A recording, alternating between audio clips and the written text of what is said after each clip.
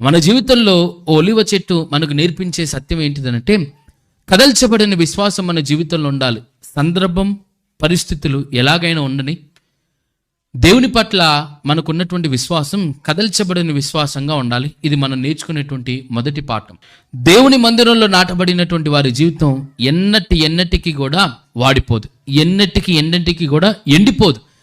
దేవుని సన్నిధానంలో, దేవుని మందిరంలో నాటబడినటువంటి వారి కుటుంబం, నాటబడినటువంటి వారి జీవితాలు ఎన్నటికీ కూడా ఒక నిష్ఫలమైనటువంటి చెట్టులాగా, నిష్ఫలమైనటువంటి ఒక జీవితాలుగా వారి జీవితాలు ఉండనే ఉండవు.